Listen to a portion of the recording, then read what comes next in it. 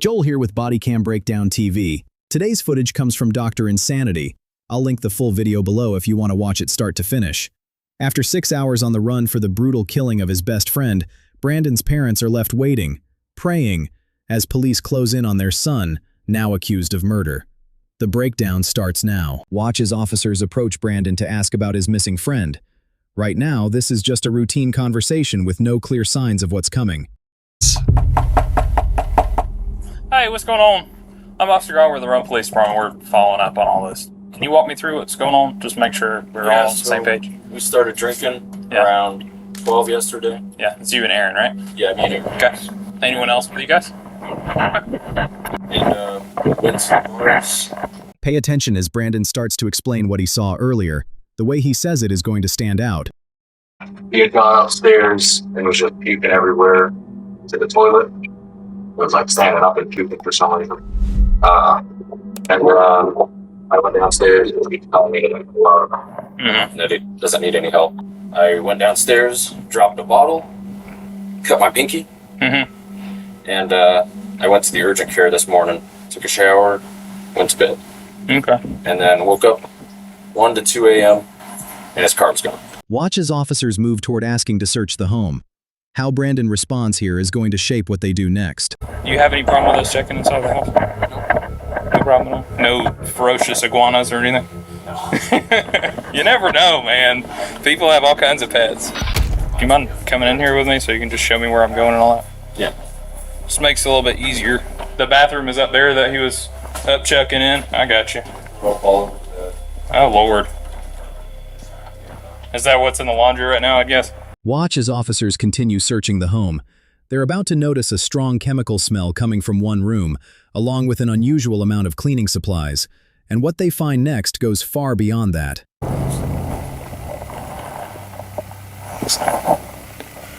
There's a significant amount of blood next to the bed, too.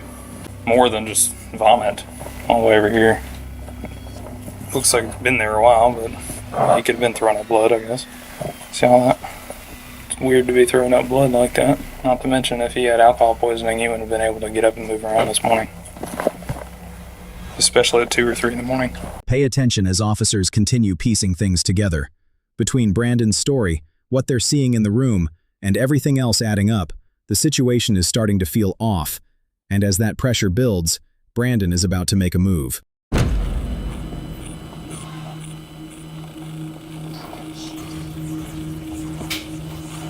Oh, my knees.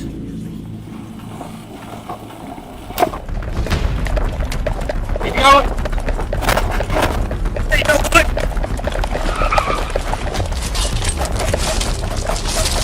Now.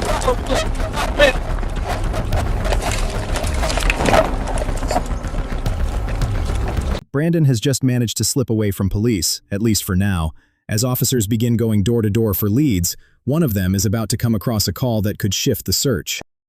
Hey, sir, I'm Lieutenant Sailor from Police. Hi, I'm Jeremy Reisner, the homeowner, Yes, and my Brandon's father. Yeah, we're probably going to need to talk to Brandon. Do you know where he is? No, I thought he was still at home. Now, earlier we had told him maybe drive around the areas where they normally hang out and try to look for him, for Aaron.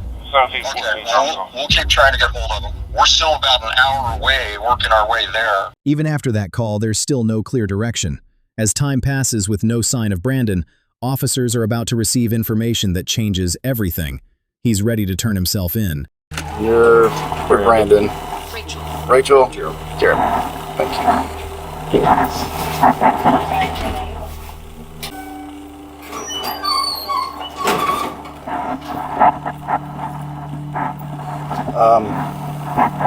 Rachel, Jeremy, if y'all can have a seat out here, I'm gonna take him back there and we'll talk, man. Anything in your pockets that I need to know about? Wallet and keys. Those real quick. Anything else? Now that Brandon is secured, detectives are about to sit him down for questioning. They're looking to see if he's willing to give any details that could move this case forward. Alright, like I was saying, I'm Detective York. I work here at the Rome PD, of course. Detective York, yep, that's me.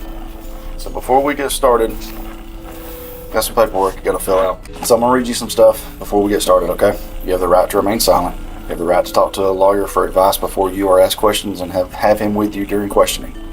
I would like a lawyer. You would like a lawyer. Okay.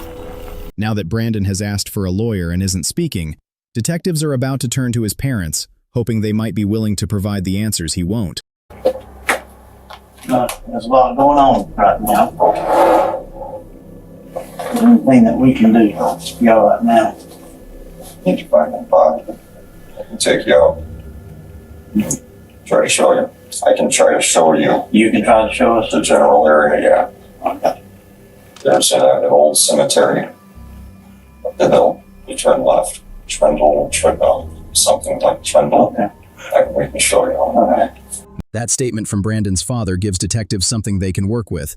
Before moving on it, they're about to keep him talking, trying to gather as much as possible while he's still cooperative. His body is luckily there. He's mentally unstable. He has Tourette's. He's had it since he was a kid, diagnosed as a kid. And with that comes OCD, and people say they have OCD all the time. They don't understand. And so they live with that. Brandon's father's statement raises questions about Brandon's state of mind, but it also has to be taken carefully, as it could be an attempt to influence how this plays out in court. Acting on the location he provided, officers are about to search the cemetery, where they'll uncover what happened to Aaron, bringing the uncertainty to an end and leading to Brandon's arrest and being sent to prison. Joel here with Bodycam Breakdown TV. If you want more real-world breakdowns like this, make sure you're subscribed so you don't miss what's next.